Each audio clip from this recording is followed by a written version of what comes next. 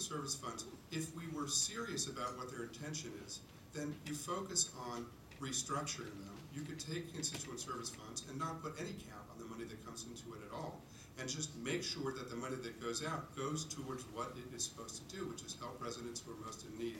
Not direct funding to individuals, but supporting nonprofits. If you can't do that, then we should ban the constituent service funds. And I would challenge Mr. Orange on that issue. Mr. Orange? Yes, I take issue with Mr. Shapiro coming in here as though he's holier than thou, indicating that he's the only one that is ethically correct, that he is the only one that gets things done. I mean, he just moved back here from Prince George's County. Where's your DC record? Don't say that somebody hasn't gotten things done. I have the first major economic development project in this city, over 20 years at Home Depot and Giant, along with a housing complex. I was the one that got McKinley Technology School reopened. I was the one that brought public access to television to Brooks Mansion. I'm the one that fought for our children to get books for their core subjects by the second year of school. I'm the one that's fighting right now for them to get early childhood education. So don't say that, you know, no one gets anything done and I'm the only one, like you're holier than thou, coming from Prince George's County and going to tell us how to conduct the business. Mr. Biddle. Yeah, I have to take real exception to Mr. Shapiro's mischaracterization that he's the only person who's delivered any real results and has any real leadership.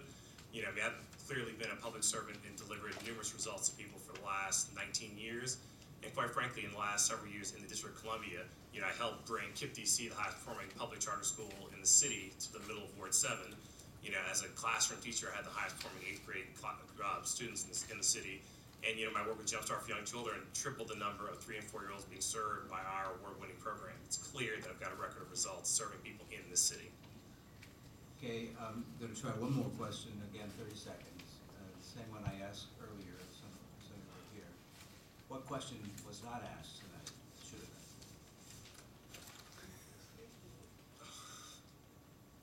Mr. Arns. I think the question that you should have asked, you should have talked about jobs. How are we going to put people back to work? The fact of the matter is we have 35,000 people that are unemployed in the District of Columbia.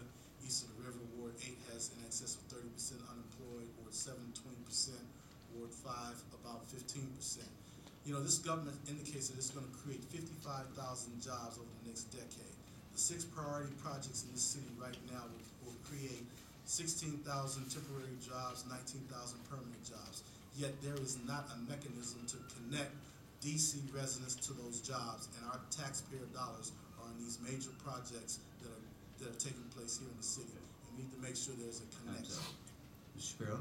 Yeah, I agree with Mr. Orange that there's more to say about jobs. There's a tremendous disconnect between, there's a lack of vision in the city around the kind of jobs that we want to create. There's not enough emphasis on growing the sectors of the economy that can bring new jobs into the city.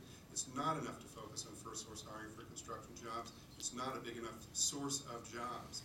So to put the emphasis on creating the workforce intermediaries that are going to connect the vision for the city with the needs of the employers and the skills of the employees and the kind of job training programs that we need to see more of. Mr. Biddle? Yeah, I would agree largely. I'd take a slightly different direction, which is that there's a lot of talk about jobs, you know, and jobs is sort of the hot issue locally and nationally. Fundamentally, the issue that we have to grapple with is employment. We want district residents working. And, you know, what a lot of people have missed is the district has continued to create jobs year over year over year, and yet district residents do not find themselves working, and they don't find themselves not working for a number of reasons, one of which we've not given them the skills to outcompete other residents for jobs. Because let's be honest, my first job that I ever worked was at a day camp in Alexandria, Virginia, because I was skilled enough to work that job. We should care less about where district residents work than they do. Okay, thank all of you very much. It was great.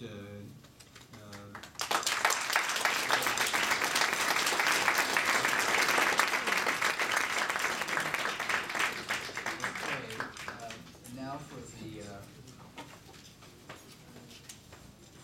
main event of the evening, and the concluding event of the evening.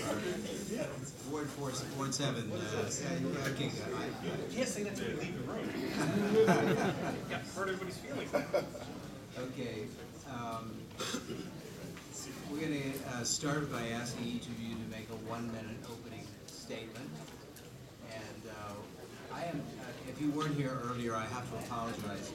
I am unable to wear my contact lenses tonight, so I can barely see you, let alone the signs in front of you. So we'll start with this first gentleman closest to me to make the opening statement and introduce yourself, okay?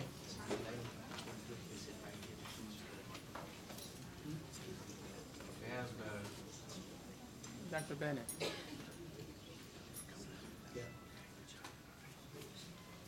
you got a working mic there?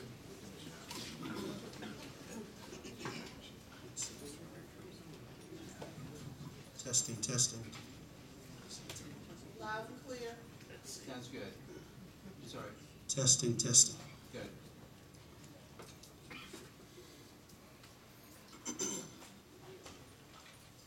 Slide that out a little bit. Yeah, these aren't working, these two. Is that right? Okay. Well, I guess we're gonna have to share as we go. But now I'm seeing it more clearly. Okay. I'll just move this placard down and take this seat. Okay? Let's see. Get this going here.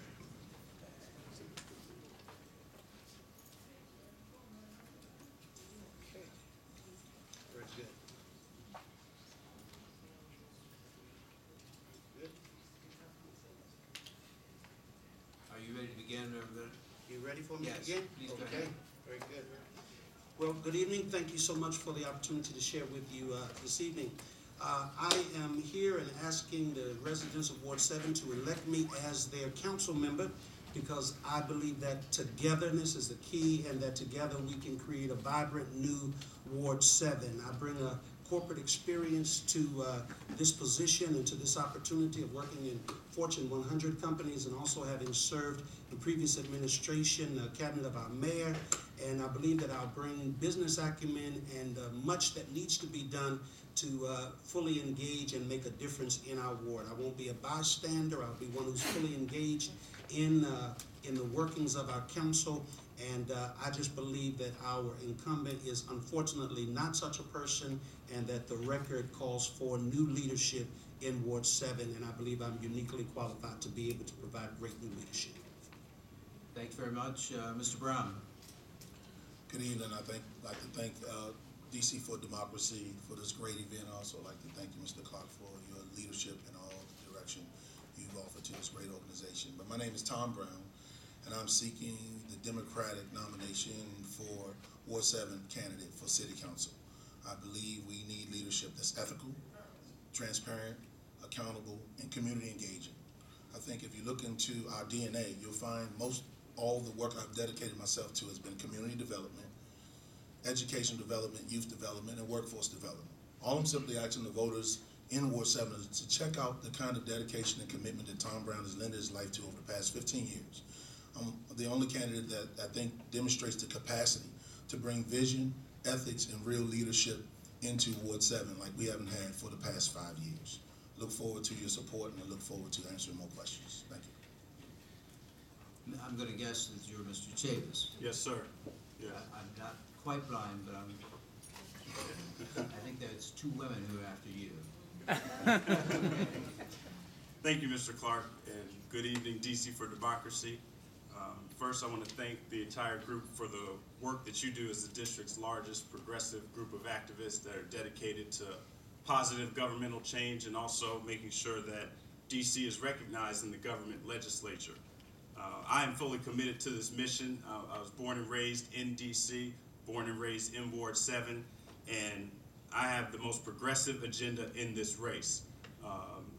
Contrary to what Mr. Brown just stated, I have the capacity and the vision to get Ward 7 in this city where we're trying to go. A lot of people that I've talked to in the community when I've been knocking on doors and interacting with people in my ward, that they're fed up. They're sick and tired of being sick and tired in a lot of ways. And I know I've got the vision, the work ethic, and the dedication to public service to make sure Ward 7 receives the quality representation that we're starved for. Thank you. Ms. Douglas.